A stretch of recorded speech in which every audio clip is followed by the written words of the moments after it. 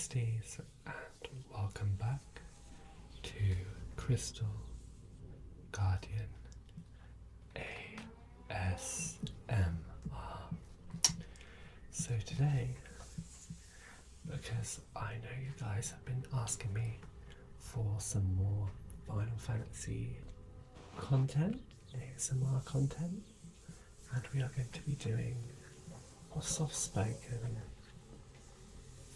flick through and reading of numerous Final Fantasy guidebooks. I have quite a few over here, but I'm going to do one at a time.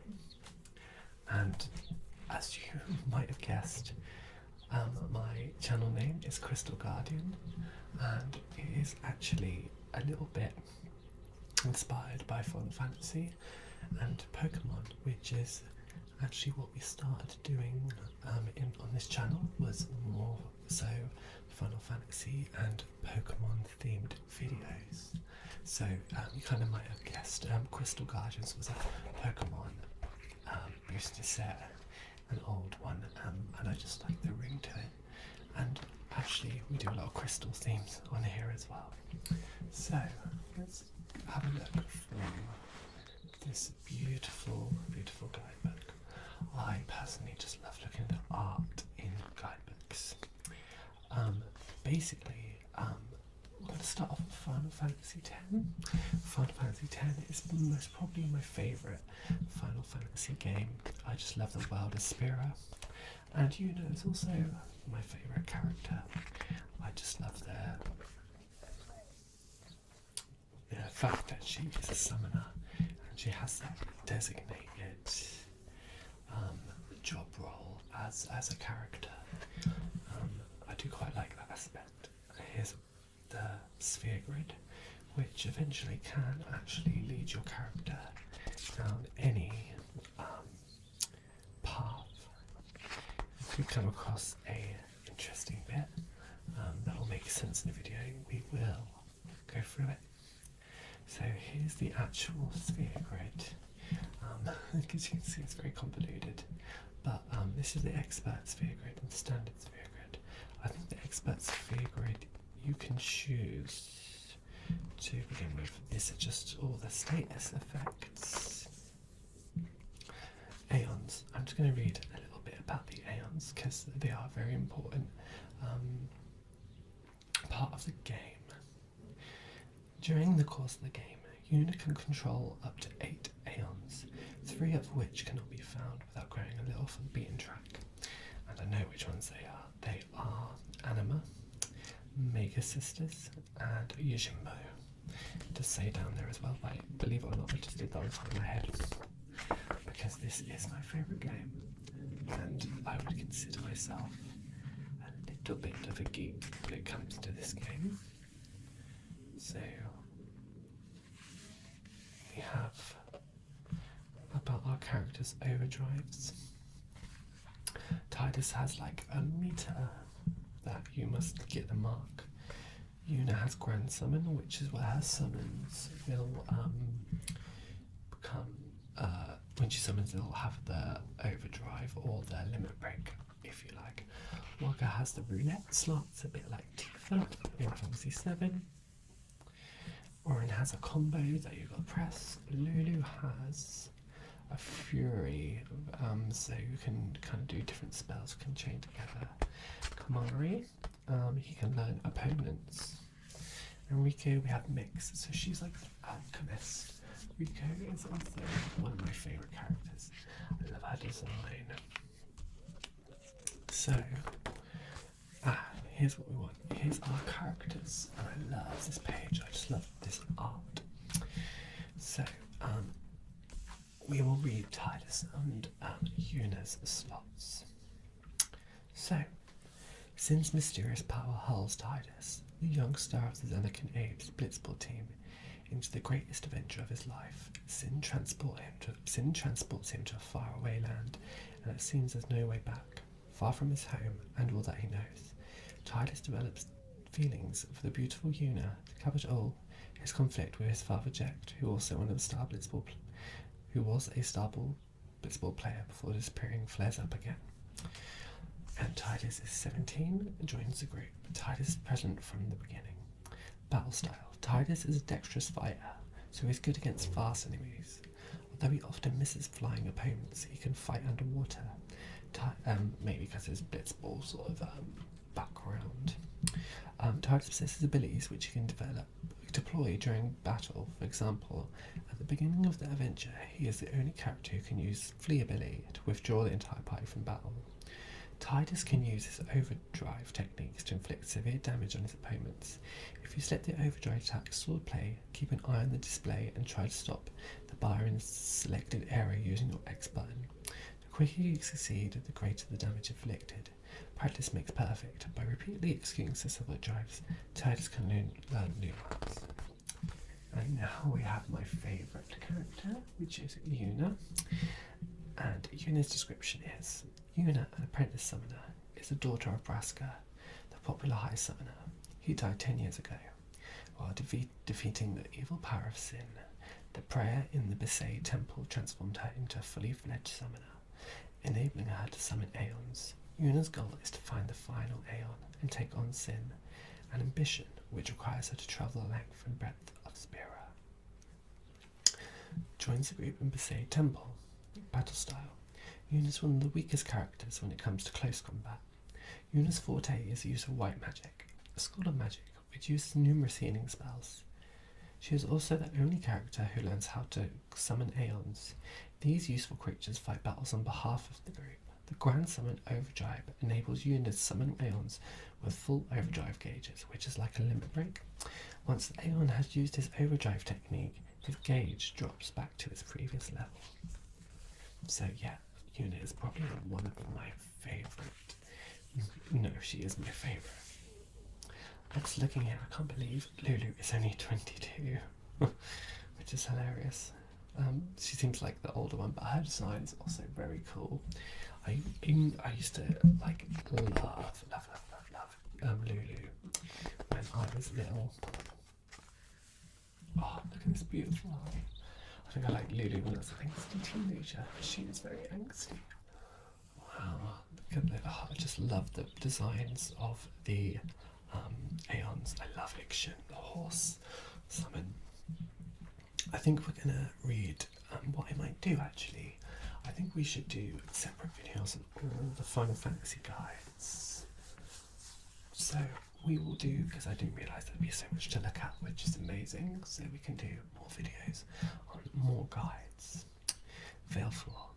Since Veilfall can fly, this agile Aeon can generally avoid ground attacks. This is actually Yuna's first Aeon. Sonic wings generate a shockwave which hits all your enemies, delaying their subsequent attacks. If you deploy this technique several times, your opponents may simply not have a chance to attack. Veilfall can hit all its opponents with an energy ray, inflicting non-elemental damage. If Yuna is in possession of the Nirvana weapon, Veilfall's overdrive attacks will inflict over 999 damage points. That's really cool. That's really cool to know. I didn't actually know that. So I should go back and play this game and 100% it. I think because it is my favourite game, I always need a good excuse to actually play this game over and over again. So we have Ifrit, who has obviously got the spotlight at the moment in Final Fantasy 16. And his location he's found is in Kilika Temple. His battle style. This Aeon has immense physical strength and can deploy fire elemental attacks, but unfortunately he's also vulnerable to assault. However, Ifrit does have a useful regeneration ability.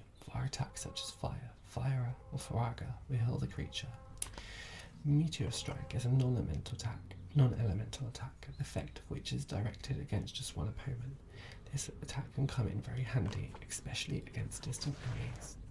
Hellfire bathes all your opponents in raging flames, inflicting severe damage. In order to deplete your enemy's HP by over 999 points, Waka must be in possession of the World Champion weapon. That's interesting. A lot of white Wackets, but it is interesting. We have one of my favourites here, which is Ixion, and he is found in the Jujose Temple. He's like an Albed kind of, I wouldn't say an Albed summon, but he's attached to the Albed because of the electricity sort of trait. Okay, so Ixion's spell style has a high level of defensive power against attacks, so it's a good idea to summon this Aeon when your group is in deep trouble. See, I didn't know that actually. Aerospark is directed against individual opponents and inflicts non-elemental damage. The effect of the following spell is nullified during this attack: shell, protect, haste, regen, reflect, null all, null blaze, null frost, null shock, and null tide.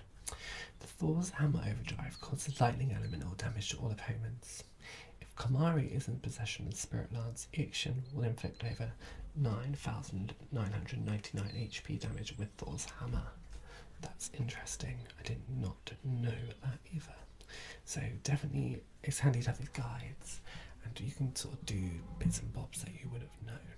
So we have Shiva, and her location is the Makalania Temple. This Aeon attacks swiftly, relying on ice elemental attacks. One reason why Shiva is known as the Ice Queen. When using Heavenly Strike, a gigantic block of ice falls on the opponent, slaying his next attack, inflicting non-elemental damage. The Ice Queen uses a Diamond Dust Overdrive to freeze all opponents. She then destroys the ice with a snap of her fingers, inflicting damage on the enemy. The damage inflicted can exceed 9,999 points if Lulu is in possession of the Onion Lip. And here we have Bahamut, and he is found in St. Bevel Temple. Bahamut is very strong and well able to defend himself. His physical attacks inflict more damage than those of the other Aeons, and this dragon creature also has some spells at his disposal: Vairaga, Wataga, Thandaga, and Blizzaga. The powerful magic attack, Impulse, is directed against all opponents. However, Bahamut will then need to take a breather for one round. The Mega Flare Overdrive attack inflicts over 9,999 damage points, and there's no need for a character to possess a specific weapon. All your opponents will find themselves bathed in the raging flames, a devastating attack. So basically, Bahamut is sort of one of our last summons, and also the most, I'd say, strong. These three now coming up are optional summons, which are side quests. Location: Cavern of the Stolen Faith, an optional part of your adventure. The Aeon's attack method may vary depending on how much you pay him.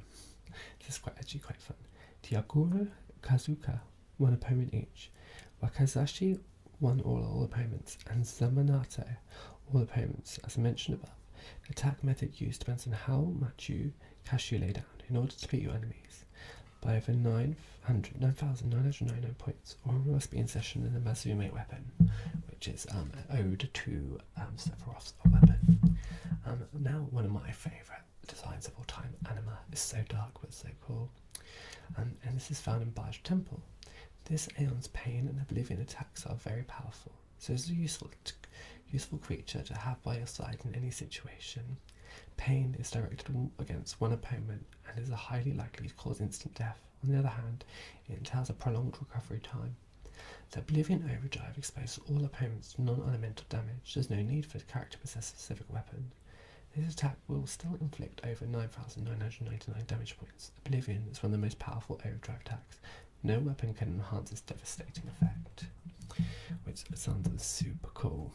We're going to miss out the Mega Sisters, so they're actually not that crazy. And we're going to have a look at the rest of the lists that are behind. So our first place is Sanakit. Look at that, it's beautiful art. I think it's really lovely. We're just going to have a look. And they also show you some of their monsters that you will see as we go through. This is the Savage ship that is from that our beds bring up from the ocean at the start of the game. Here's Rico again, the same art. And then we get to Besaid Islands. And yeah, this is like if you're playing the game, but I just love looking at it. I think it's really beautiful. It's Kamari here. And we do have to fight Kamari with tigers to start with. This is the ship that Africa, which is our next place which Sin has just attacked, which is not good.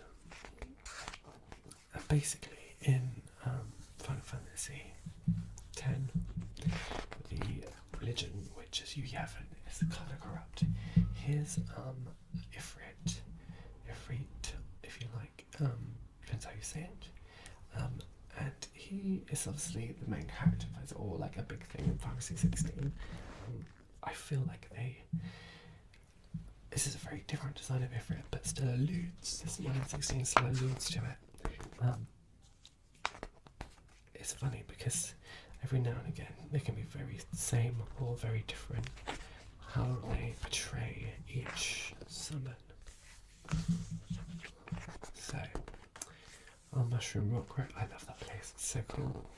I just think 10 is so magical. I like the vibe and the aesthetic. So a little chocobo here. Everyone loves a chocobo. Did you say high rate? This has been in other games. What's it called? I can't remember what they're called, but they are quite strong. Moonflow, which also really, here's the action. Awesome, and that's his like sort of full body profile there. Very cool. It's like a horse with a massive horn. And you all know I love horses. Here's some more sort of game art of Riku. The Thunder Plains and Guadalazam, sort of middle of the game, but it's very, very beautiful. Seymour, one of my favourite bad guys, to be honest. I love the Guado. I just think they're very cool and kind of designed really cool. But yeah, I just wanted to flick through this with you guys so you can see some of the art and stuff. Really, here's Yuna when she's married to Seymour, which is a really cool bit. She summons Veilfor to save her. She jumps off the building. Oh wow! Here we go, Bevel. And these would be the Dark Aeons that we have to fight at the end, which is really sad. But look how cool Veilfor, Bahamut looks there. It's like in all his glory. Very beautiful. This is very odd book, so it is falling apart a little bit. But I'm so pleased to have this. I can't remember who this is. This could actually be Yuna's dad, Lord Bresker, I think. Just the clothes and everything, I think are just beautiful. Just love it. I love their it's just exactly my aesthetic, if I'm honest. I have Yuna Leska here. It's a very hard fight, but very fun.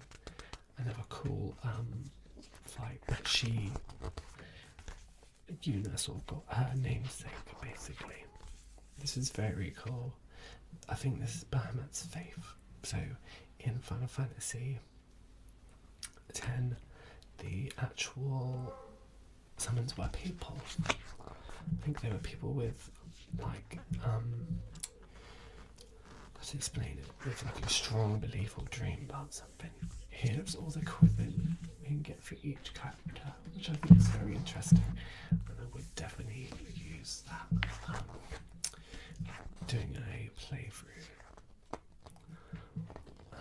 Here we go. This is when Yuna is doing the sending,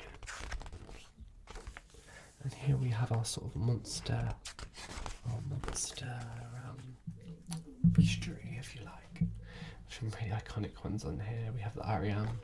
You might even notice some of these from the new Final Fantasy 16. We have our Andaman toys. We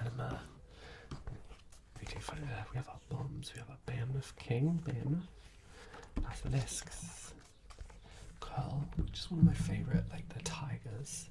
They're just super cool. A really good design. I love the one in Final Fantasy 16. I think it's amazing. I have some more floating eyes and death eyes there.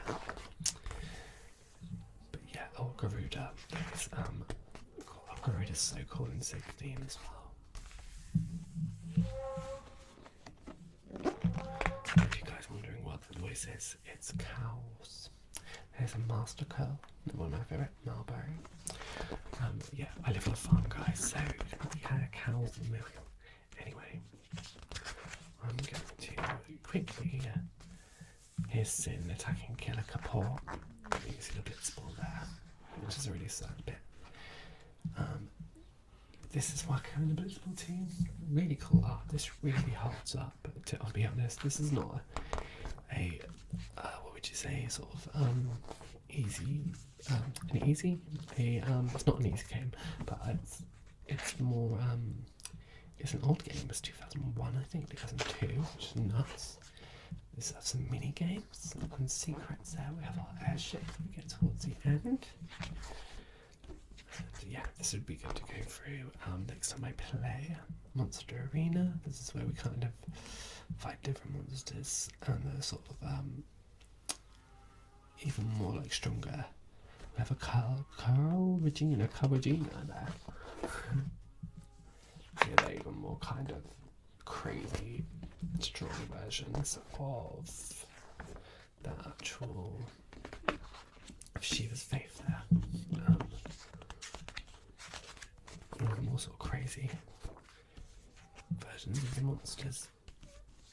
And we have secret eons, which I've shown you. We've got dark eons, which you'll see. I'm not going to tell you too much about dark eons in case you have not done that, because it's very important. Penance, which is our secret boss, and very, very hard.